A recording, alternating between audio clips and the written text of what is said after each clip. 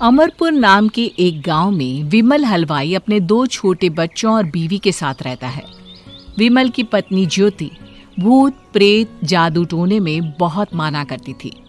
इसका बिल्कुल विपरीत विमल इन चीजों को दक्यानुसी माना करता था।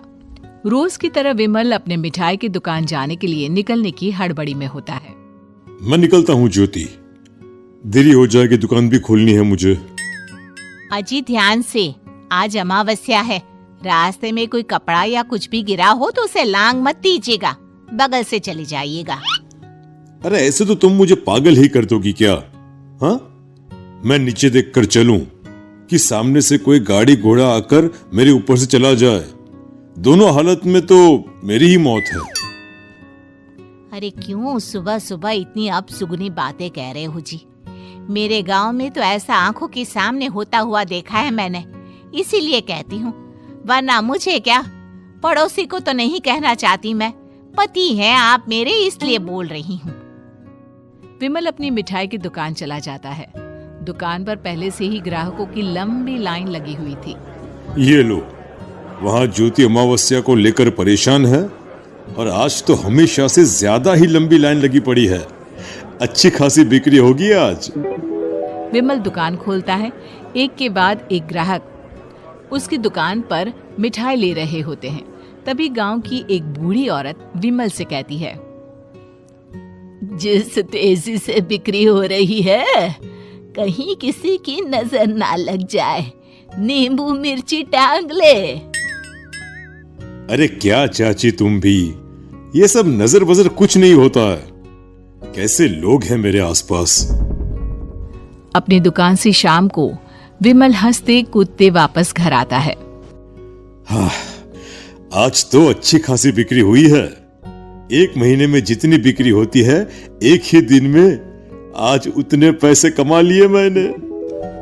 ये तो बहुत अच्छा हुआ जी, आज ही घर की नजर उतारी है मैंने। बिक्री तो अच्छी होनी ही थी। अच्छा, तुम खाना लगा दो, सारा माल बिक चुका है। मुझे शहर जाना होगा, कुछ चीजों की जरूरत पड़ेगी। रात भर मिठाई बनाऊंगा, तब जाकर कल सुबह दुकान खोल पाऊंगा। खाना खाकर विमल शहर जाने के लिए निकल पड़ता है। सुनिए जी, ध्यान से जाइएगा। चौरस्ते पर किसी जादू टोने की चीज पर पैर मत रख दीजिएगा। हे भगवान, हद हो गई ज्योति, ये तो मैं जा रहा हूं। विमल गुस्से से शहर जाने निकल पड़ता है। रात का काला घना अंधेरा, चांद की एक भी किरण ना होने के कारण अंधेरे में कुछ भी देख पाना मुश्किल था। जंगल के बीच के एक अधकच्चे रास्ते से विमल जा रहा होता है। चारों तरफ गुफ अंधेरा और सन्नाटा सुनाई दे रहा था, और सुनाई दे रही थी विमल के पैर के नीचे आ रहे सूखे पत्तों की आवाजें। तभी अचानक दूर से उसे कुछ आवाजें सुनाई देती है। अरे, ये इतनी रात को जंगल के रास्ते कौन जा रहा है? शायद कोई टोली होगी। राम नाम सत्य है, राम नाम सत्य है, राम नाम सत्य है, राम नाम सत्य है। धीरे धीरे आवाज कुछ कुछ सुनाई पड़ती है। आवाज धीरे धीरे और नजदीक आती सी लगती है। विमल देखता है कि उसके सामने से सजी धजी सफेद कपड़े में लिपटी एक अर्थी निकल रही है, जिसके साथ 5 लोग ही थे। 4 आदमियों ने उसे कंधा दिया हुआ था। एक मटका लिए आगे आगे बढ़ रहा था। विमल के बिल्कुल सामने आकर अर्थी रुक जाती है। उसमें से एक आदमी विमल से कहता है, अरे भाई, जरा अर्थी को कंधा लगाना, मैं बहुत थक गया हूँ, बड़ी मेहरबानी होगी। हाँ भाई, कंधा तो मैं लगा दूं, पर रात को 12 बजे ये शव यात्रा, इस समय कौन अर्थी ले जाता है? तभी विमल को ऐसा लगता है कि शव में से आवाज आई, ये आवाज। मजबूरी है भाई, आप कंधा दीजिए, मैं रास्ते में सब बताता हूँ आपको। विमल अर्थी को कंधा दिए चल रहा होता है कि उसे ऐसा लगता है कि हाथ में मटका लिए जो आदमी शव के आगे चल रहा है, उसके पैर उल्टे हैं।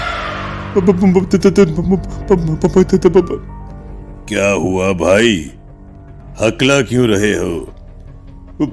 वो आपके साथी के पैर उल्टे। विमल अपनी बात पूरी भी नहीं कर पाता कि वो देखता है कि उस आदमी के पैर तो सीधे ही हैं। अरे नहीं, कुछ नहीं, मुझे शायद वहम हुआ होगा। धीरे धीरे सब आगे बढ़ रहे होते हैं। तब विमल को अचानक लगता है मटके में से एक हाथ बाहर आ रहा है।